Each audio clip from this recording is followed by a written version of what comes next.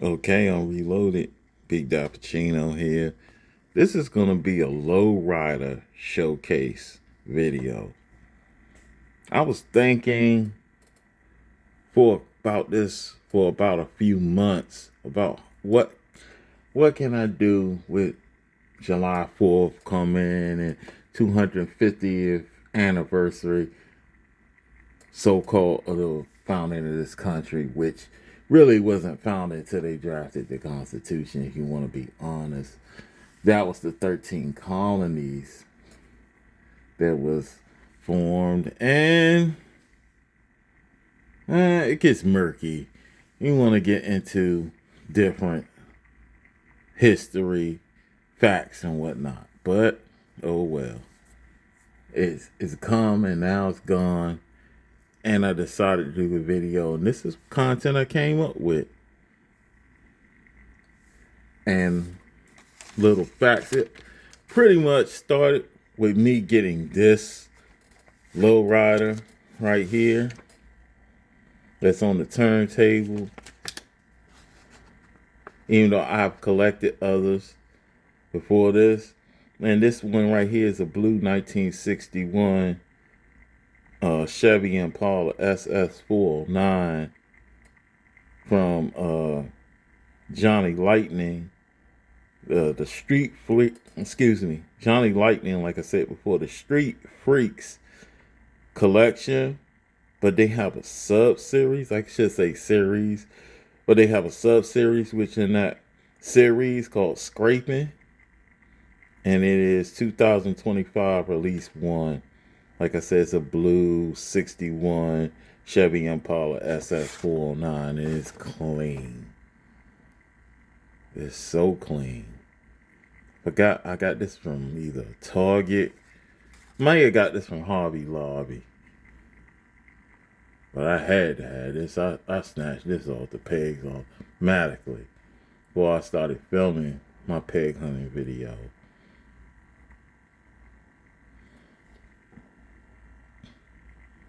White interior looks so good. Let me get into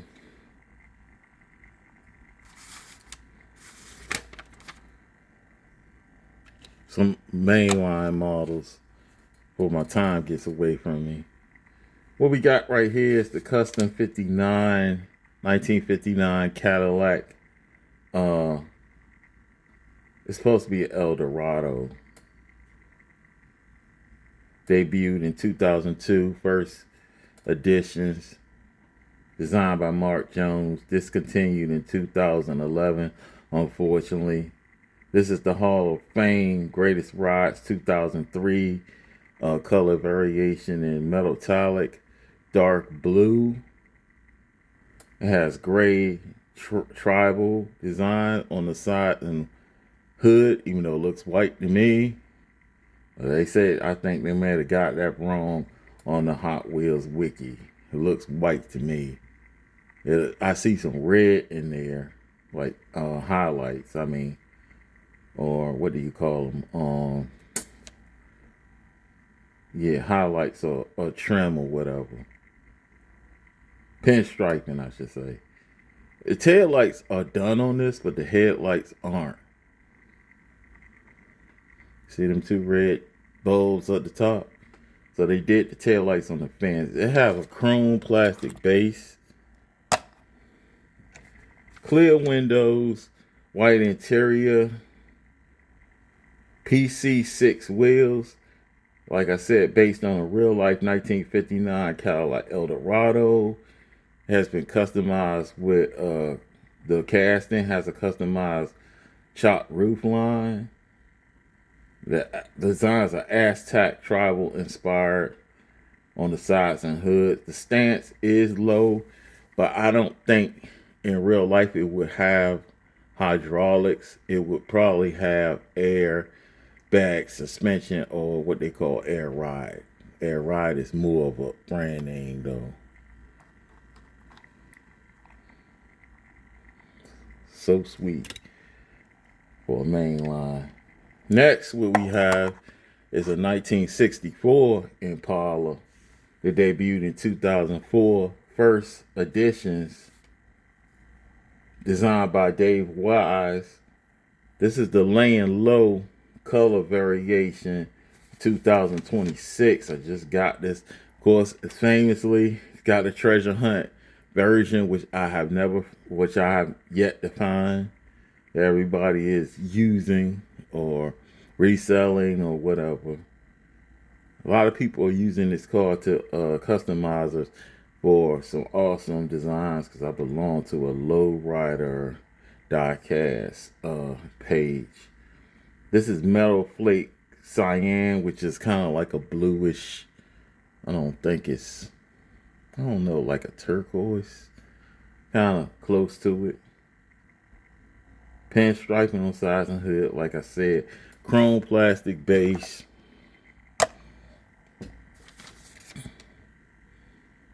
It has clear windows, white interior, WW5SP wheels. Of course, the 6'4" Impala is probably the car most associated with lowrider culture. The stats on this particular casting is not as low as it could be. It's like riding, so maybe switch has been hit for certain riding, like stance. The wheel tire choice reminds me of what we call gangster white walls more so. You know, it's supposed to have a white trim around the rim, which is kind of, you don't see that too much in real life, to be honest. But gangster white walls, that was old school. I think 70s, 80s, more so. Pretty cool. Okay. Low mainline casting. Next, what we have is a 1965 Impala debut. That's Hot Wheels. This is Hot Wheels. 1998 first editions, designed by Phil Rodman, discontinued in 2017. And they just continue so many good castings. HW Art Cars, 2016. White, black graphics on the sides and top. It has a chrome plastic base, clear windows, black interior, black WSP wheels. This is definitely intended to be a lowrider casting. Probably not the best wheel choice. Even though you see some more Martin people using different wheels, but they usually have airbag suspension instead of hydraulics. And this is pretty cool foundation for a custom too. My father had a 65. I want to say he had a 65 or a 66 and a 67, definitely a 68 and a 69 Impala. During my grade school years, that was like his side car, his personal car, outside of what the family had. Next, what we have is a 65 Ford Ranchero, which probably isn't. I imagine this has airbag suspension. So I just added it. It looks low. It's custom. So 2011 new models. This debut designed by Mike Nuttall. 2018 multi-plaque exclusive. This is that color variation in white with blue and black flames all over. Has a black plastic base.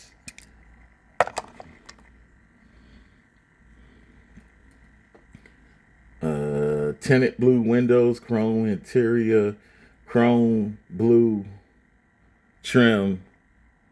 Rims are MC5 wheels. This casting depicts a modified 1965 Recharger with a custom stacked 60 V8 crate engine with visible components in the cutout section of the hood. Pretty much that part. No tail lights. This is a good foundation for customs too. So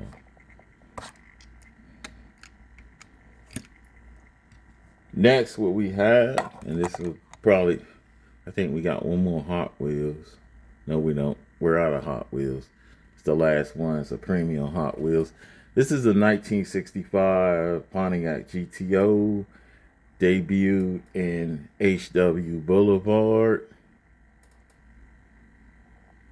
Designed by Mark Jones. This is the first color variation, metal plate gray and red. Detailed head and tail lights, HW GTO California plate. It has a Zamac base.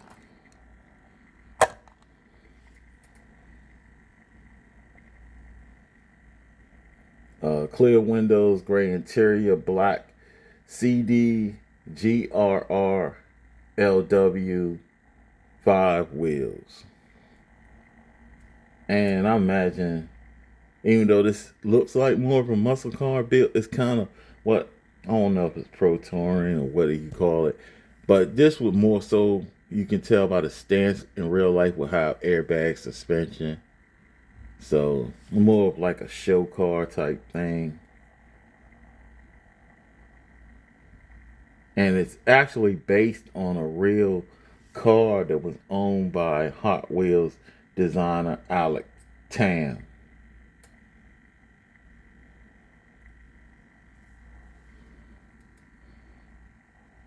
Paint job is kind of sweet. Well, this is more like Lowrider inspired. And now we're going to get into our, let's start with this.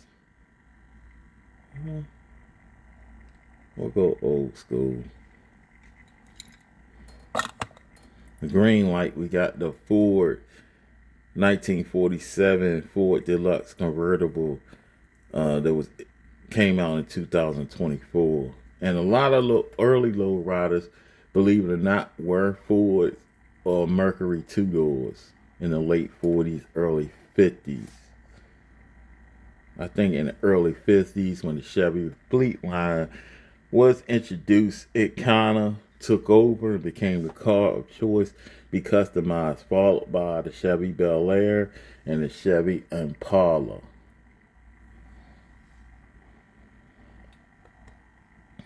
This bad boy's clean, and this probably wouldn't have actual hydraulics on it unless somebody did it later. Probably now will probably have airbag suspension, but back then they probably would have just cut the coils and lowered it like that. Very clean though. And next, we got this from the Greenlight. We got the Chevy Caprice 1990.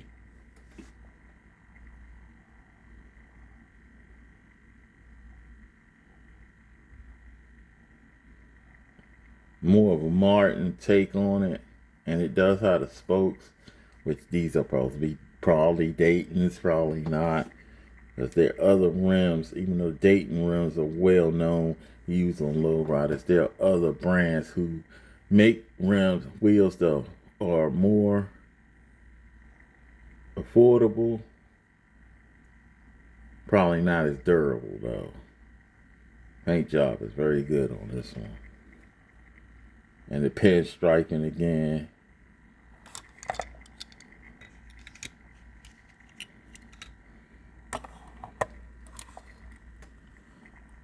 Then we got the Monte Carlo. Well, that's Greenlight. This is Greenlight 2, 1970, in that green. And it's a little milder. And like, you see the pinstriping on the side and a little bit on the trunk, but yeah, it's got the opening hood. Look at the orange block on that thing. Black air cleaner. Very clean. And this has wheels that are more hot rodish looking, and more than likely this would have airbag suspension, in my opinion. It might have, because there were some in the 70s when were starting using hydraulics where they still use like Kragers and stuff. The Kragers and different kind of wheels, American racing wheels and stuff like that. Next, what we have is this Greenlight 1990 Caprice in 2022. The other one was from 2022 too. Greenlight again. And this bad boy is clean. No, this my bad. This is a 70 Chevrolet Impala Sport Coupe.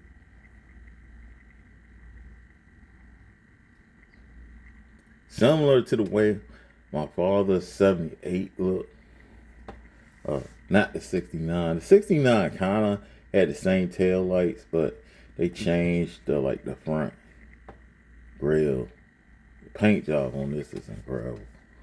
I don't think this has any pinstriping in it. It just has that metal flake looking paint. And this one is sporting like Krager rims too, so it's an older school like Impala. Orange block, black air cleaner under the hood. Paint looks so good on this. It's really sparkling. Like a dark red, like a burgundy or cranberry, or as you could say. And last but not least, what we got is this 1976. Even though the wheel is messed up. Let's see if we get this wheel right.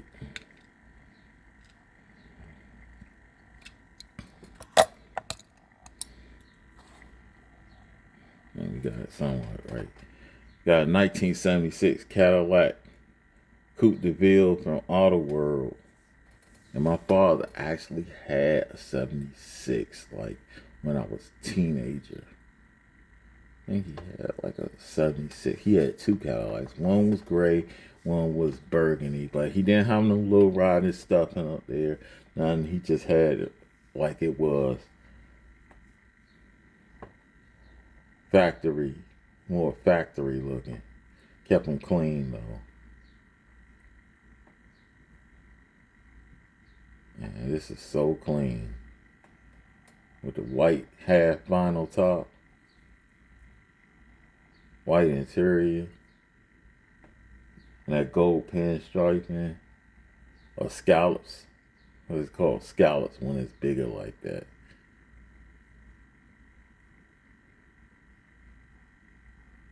That's pretty much it, man.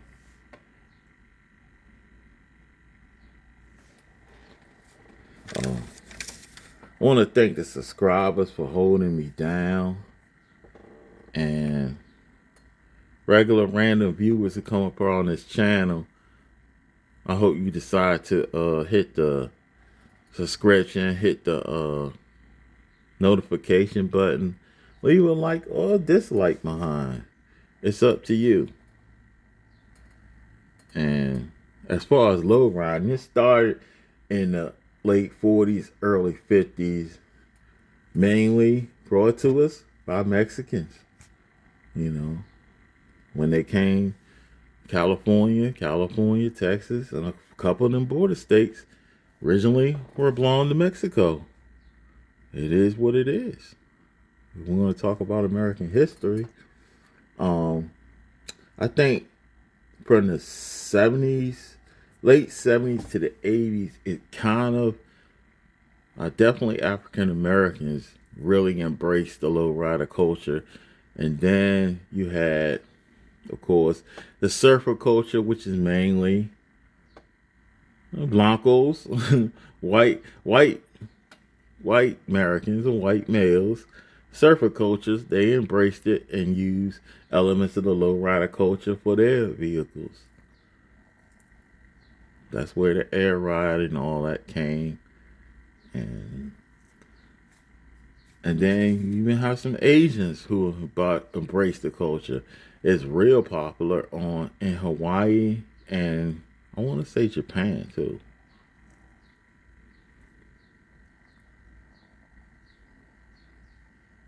And that they use elements of that to create VIP culture, which they use air ride on pretty much Lexuses, Mercedes Benz, and Toyota Avalons and stuff like that. So Infinity 4.5s too. So with that said, like I always say, showing a little love to the diecast. And like I always say, this is not the best diecast channel. It's not the worst either. Peace and blessings.